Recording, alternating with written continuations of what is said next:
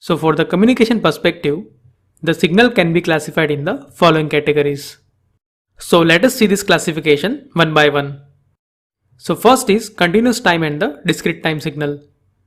So if the signal is specified for every value in the time, then it is known as the continuous time signal. And these are some of the examples of the continuous time signal.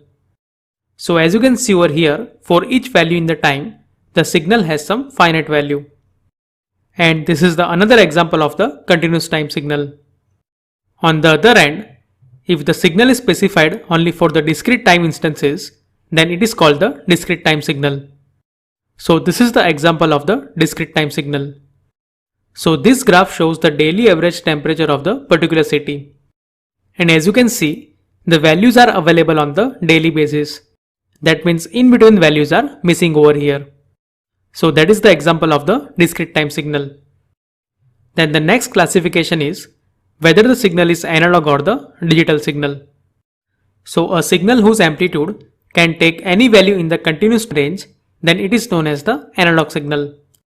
For example, this signal over here is the example of the analog signal, because here its amplitude can take any value on the y-axis. And even the discrete time signal can also be an analog signal. For example, this signal is a discrete signal, yet it is the analog signal, because here on the y-axis the value of the temperature could be any value. On the other hand, the digital signal is the one whose amplitude can take only finite number of values. For example, this signal is the digital signal whose amplitude can take only two different values. So here, just do not get confused with the digital signal and the discrete time signal. The digital signal can take only finite values on the y-axis, while the discrete time signal can have values only at the discrete time intervals.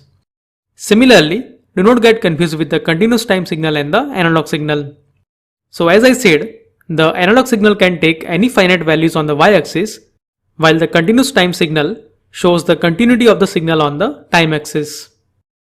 So this analog signal could be continuous or the discrete time signal. For example, this signal is the continuous in time, yet it can have any finite value on the y-axis. So it is the continuous as well as the analog signal. On the other hand, this signal is analog and the discrete time signal, because this signal is available at the discrete time intervals, but on the y-axis it can have any finite value. Similarly, the digital signal could be continuous or the discrete signal. For example, this signal is continuous in time, but it is varying between the two finite values. That means this signal is a digital signal as well as the continuous time signal. On the other hand, this signal is a digital signal as well as the discrete time signal. So that is all about the analog and the digital signals. Then the next classification is the periodic and the aperiodic signals. So if the signal repeats itself after some finite time t, then it is called the periodic signal. For example, this signal over here is the periodic signal, because it is repeating itself after some finite time period. And the minimum time after which the signal repeats itself is known as the time period of the signal. And mathematically, the signal is said to be a periodic if f of t is equal to f of t plus t. It means that even if we shift this signal by one time period, then also it remains the same. On the other hand, the signal which is not periodic is known as the aperiodic signal. Then the next classification is the energy and the power signal. Now whenever we are talking about any type of signal, then one thing which we need to ask is what is the strength of the signal. And the strength of the signal is measured in terms of the energy of the signal. And this energy of the signal can be given by the following expression. Now to measure the energy of the signal has to be a finite. That means as t tends to infinity, then the amplitude of the signal has to go to 0. Like for this signal, as the t approaches to infinity, then the amplitude of the signal goes to 0. So if the amplitude does not go to 0, then the energy of the signal is infinite. And in that case, the more meaningful measure is the time average of the energy. Or in other words, we can find the average power of the particular signal. So the average power of the signal can be given by the following expression.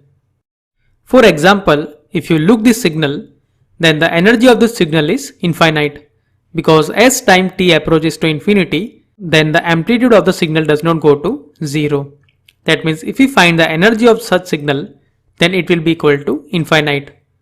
But for such signal, we can find the average power. So if the signal is periodic or has some statistical repetition, then we can find the average power. Now, since the time average is taken over the infinitely large interval, the signal which has a finite energy will have a 0 power. That means if we take the time average of the signal which has a finite energy, then its average power will come out as 0. On the other hand, if we find the energy of the signal which has a finite power, then it will be equal to infinite. That means the signal can be either an energy signal or the power signal, but it can't be both at the same time. But there are some signals for which we cannot find the energy or the power. For example, if we take the example of the ramp signal, then we cannot find the energy or the power.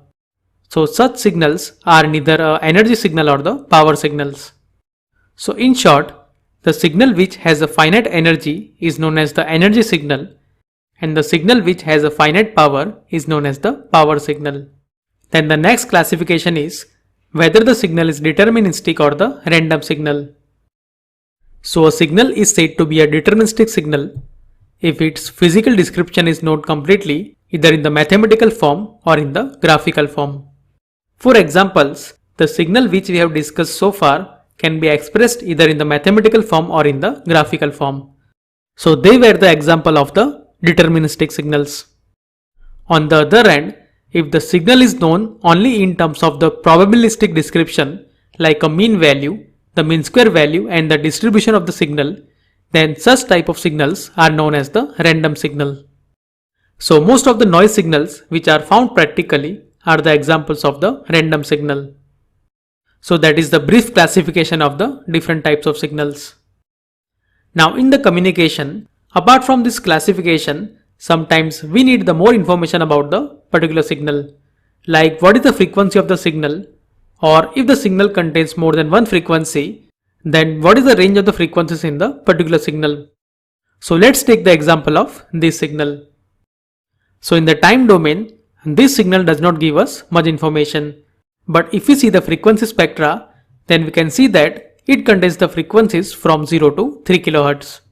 So from this, we can predict the bandwidth of the signal, and we can also know how the signal will behave whenever it will pass through the particular medium. Let's take the another example. So just by looking at the signal, we can tell that it is the periodic signal, and at the most we can also find the amplitude. But on the other hand, if we represent this signal in the frequency domain, then we can tell that it contains the 3 frequency components. So many times, by representing the signal in the frequency domain can gives us the more information. So using the Fourier analysis, we can find the different frequency components in the particular signal